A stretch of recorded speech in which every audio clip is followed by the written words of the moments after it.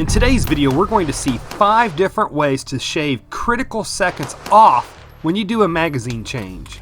Critical seconds that may save your life when you're faced with a violent criminal that's bent on killing you. Right after the channel intro. Shots fired! Shots fired! Shots fired! Ambulance en route. Welcome to this channel. This channel is all about learning how to prepare for when the dark times come and the grocery stores are stripped bare. And this channel is all about prepping for those dark days while retaining our integrity and our honor. And today we're going to learn how too many people do not add this very important training into their firearms training and how it could cost them their lives when that moment of truth arrives. So here's the risk to you if you don't heed the information in this video. Failing to add this into your firearms training can cost you precious split seconds when you're engaging a deranged bad guy that's out to kill you. And that split second has too much of a chance of giving that bad guy the ability to inflict a fatal wound on you. So before I demonstrate some really quick and simple tips, here's why adding magazine changes into your training is so darn important. Folks, bad guys don't always immediately go down when they're hit with a fatal round from a good guy's handgun. And when you're faced with a life or death situation, a situation that's so hazardous to your life that it justifies using deadly force, that situation has an almost certainty that you're only going to have split seconds to act, meaning that you're not going to be able to take your time and put thought into your actions. So here's what I'm saying. Gunfights are not like what you many times see on TV. You many times don't have the luxury of being able to take your time and take careful aim. The bad guy many times is not going to be standing still, so he's a nice non-moving cardboard target like you have at the range. And many self-defense shootings are not one shot and the bad guy immediately drops to the ground type of shootings. Here is a reality. You have a high chance of expending multiple rounds in a true life or death situation. No matter how good you are on the range, no matter how well you can hit a bullseye on the range, it's all totally different when you're faced with an act now in a split second or you're going to die in real life situation. In people who are crack shots on the range, it is very common for their hit ratio to plummet when they're actually shooting to save their life. It's just a fact that in actual life or death situations, that their accuracy plummets as their body kicks into fight or flight. So this is just something to think about, to consider that if you are forced to defend yourself in real life, that there is going to be a really good chance that you may empty your handgun's magazine. One scenario may be that you empty your magazine into that bad guy and every round has hit him, but yet he's still coming for you because he's on drugs. Or you may empty that magazine and have only a couple of rounds hit that bad guy in non-vital areas. And that could be because it's dark or because the bad guy is moving or both, etc. Folks, a person can only imagine all of the different scenarios that they may face and how they'll react when confronted by a bad guy. But when that moment of truth comes, chances are that situation that befalls on you will be nothing like the scenarios that you've trained for or imagined in your head. You're only going to have time to react instinctively and also not have the time to do anything else that would be perfect in the firearms training world, such as running for cover or taking better aim at your bad guy, etc. So there's a lot more to firearms training than what will be covered in today's video. This video is not going to cover things like grip or proper aiming or anything else. Today's video is purely going to quickly cover some very simple tips to cover magazine changes, especially mag changes with handguns, so that you can implement these in your own firearms training as you also train on proper aiming, proper trigger control, etc. The first thing that I like to continually train on regarding magazine changes in my firearms training is that I prefer to let my magazine drop to the ground when it runs empty. Now, some people may consider this sacrilege and say that you should never discard an empty magazine. And I'm not going to say that they're wrong. I'm just telling you what I do. And here in a second, I'll tell you why I do that. But many people who refuse to train to discard an empty magazine during a real firefight go by the belief that they may not be able to replace that magazine after the incident is over with. And that is definitely true, especially for soldiers on a battlefield. And then after SHTF, you probably won't be able to run to the gun store the next day to replace that mag that you dropped. But here's my thoughts on the subject, which I think is more than likely what you would run into in today's world. Those extra critical seconds that you take to catch that magazine and then put it into a mag dump pouch or into a pocket, those split seconds that you're not immediately getting a new magazine and getting your gun back into action could cost you your life.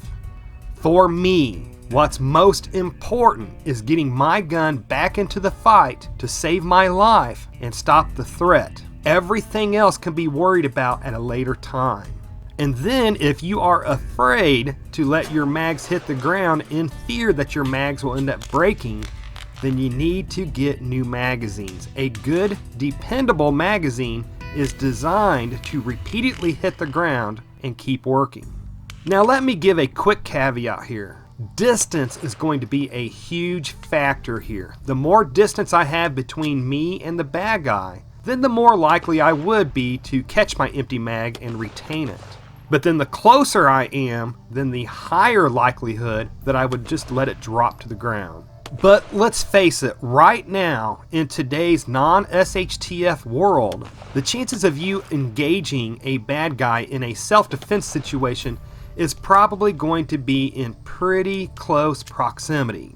Don't kid yourself to think that a boogeyman is going to announce to you 25 yards or more away that he's about to attack you. If you have to use a firearm to protect yourself prior to SHTF, you're probably going to be using it to defend yourself near an ATM or in a store parking lot or in a room in your home, etc. But here's some things to think about when deciding if you're going to train dropping your mags in a firefight or not. The most important thing in a firefight or a deadly force situation, even more important than if you retain or dump your mags, is that you win that deadly force situation. And then if you win, even after SHTF and you can't buy more mags, then there's always the chance that you can collect your dropped magazines after that fight is over.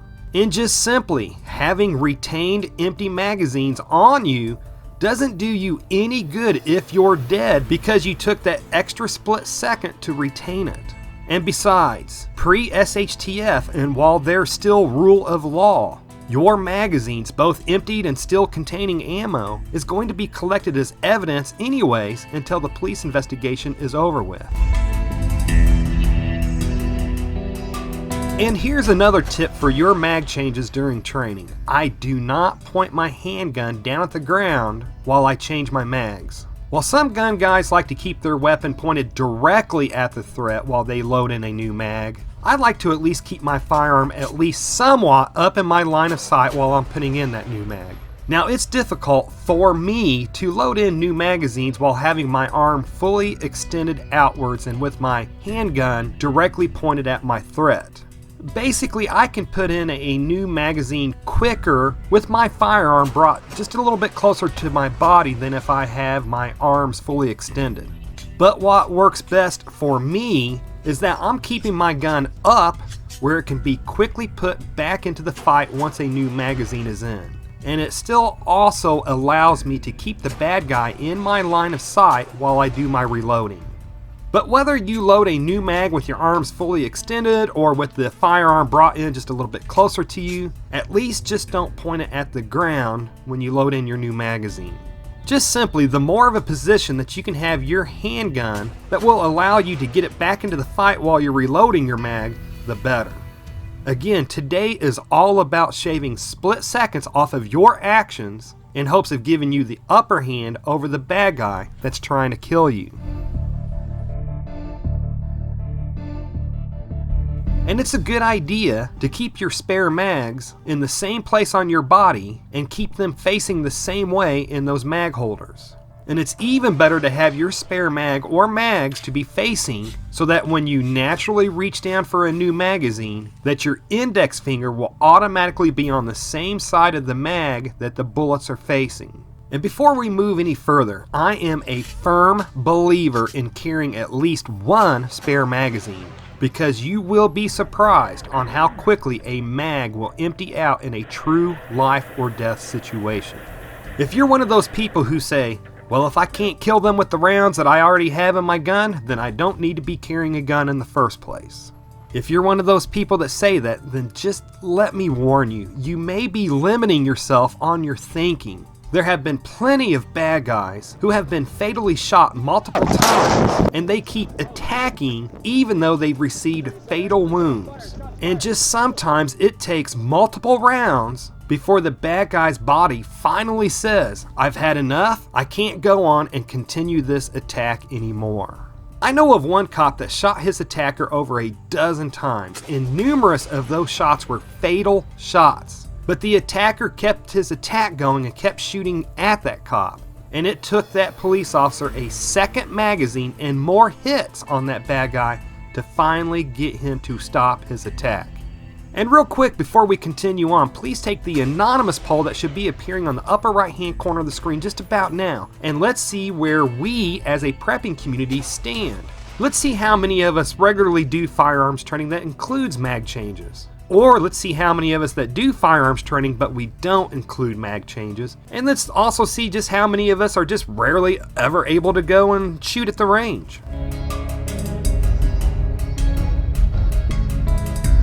But what I like to do is, when I draw a new magazine, I want my index finger to be on the side of the magazine that the rounds are facing. And here's where placing your magazines on your body where your index finger will naturally hit that part comes into play.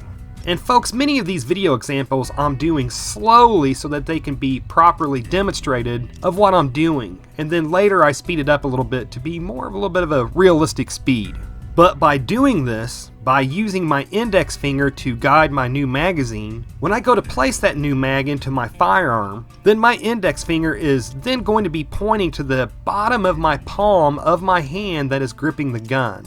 Doing this time and time again during training just helps to ensure that I get that new fully loaded magazine into my gun as quickly as possible during a high stress situation, which then allows me to get it back to being a life-saving tool for me, saving my life or another innocent person's life. And doing this, just knowing that I have to point my index finger into the bottom of my other hand, just helps to make this action easier and more natural. And then once I get that magazine shoved up into my handgun, then I just like to give it a good smack to ensure that it's seated properly. Because you definitely don't want your magazine to fall out on you as soon as you fire that first round, which I've seen happen many times. And for handguns that don't have a large slide lock, such as the Glock handguns, I'm big on using my palm to rack the slide instead of flipping down the slide lock. For me, and it could be different for you, but for me, that slide lock is small. And it's pretty tight on my gun, which means for me that it's difficult for me to click that slide lock down in order to feed the first round into the firearm right after you've put in a fresh new mag. Now, I am not saying that using the slide lock is completely wrong if that is what works best for you. I've seen firearms instructors with much more experience than me who utilize the slide lock to reload once they put a new magazine in. But here's just something to think about with handguns like Glocks, and not necessarily with other makes and models of handguns that may have larger slide locks or releases. But during a high stress, you're about to die type of situation, these slide locks can be an awfully small little thing to be trying to maneuver. And your thumb could also be sweaty or bloody or slippery or whatever. So again, for me, it works better to use the palm of my hand to rack that slide to load that first round into my firearm, because I know that I will always successfully load that new round into my gun every time during a high-stress live or die situation. But look folks, don't take what I'm saying in this video as being the be-all end-all of firearms tips for training with magazine changes. While I am a firearms instructor, I'm no firearms expert. So be sure to research what other firearms instructors say, and then take their tips and my tips and test them out on the range for yourself, and then see which tips actually gets your firearm back into the fight the fastest. And you may have noticed, when I was practicing speed shooting, I was slapping the trigger too much, and that's just something that I'm still working on during rapid fire. And you may have also noticed quite the stomach on me in this video. And actually, when I filmed and edited these videos a couple of months ago, seeing these videos made me realize just how much of a stomach that I had let myself get. And I am very happy to say that I have lost 20 pounds since I shot this video, and I am shooting for 10 more pounds to lose. And another failure that I had on this day on the range is that I didn't practice shooting and movement like I usually do. I was so concerned with demonstrating the mag changes and the angles of the camera and keeping myself in view of the camera that I completely forgot about moving while I shoot. But I realized my failure and I kicked myself in the butt for doing it, and I'll remember it for the next time that I'm on the range. But let me stress this. Find out what works best for you and practice these drills until they become muscle memory, until you are able to do it without thinking about it. Because when you're faced with life or death and your caveman part of your brain takes over, you'll do what you've ingrained into your brain to do. And to keep yourself out of jail, reference using a gun for self-defense. Just please remember that you shoot only to save your life or someone else's life, and that you shot as a last resort and because the bad guy forced you to use deadly force to save an innocent life. And now I want to hear from you. Please comment if you regularly do firearms training. And if so, please tell us some of your favorite exercises that you like to throw in with your firearms training. And also please share with us some of your favorite dry fire exercises are, so that people who are unable to regularly go to the range can get some ideas of exercises that they can do at home. And if you'd like to learn how your cell phone can provide valuable evidence in a self-defense situation and can help keep you out of jail, then please click on the video that should be appearing in the upper right hand corner of the screen just about now to learn more about that. And if you've ever been forced to shoot a bad guy in self-defense, you need to know what to do and what to say to the cops when they show up. So to see another video that will help keep you out of jail or from being successfully sued in civil court should you have to defend yourself, then click on the video that should be appearing on the right side of the screen just about now. Anyways folks, if you made it this far, hey, thank you very much for watching, and I pray that you have a good night.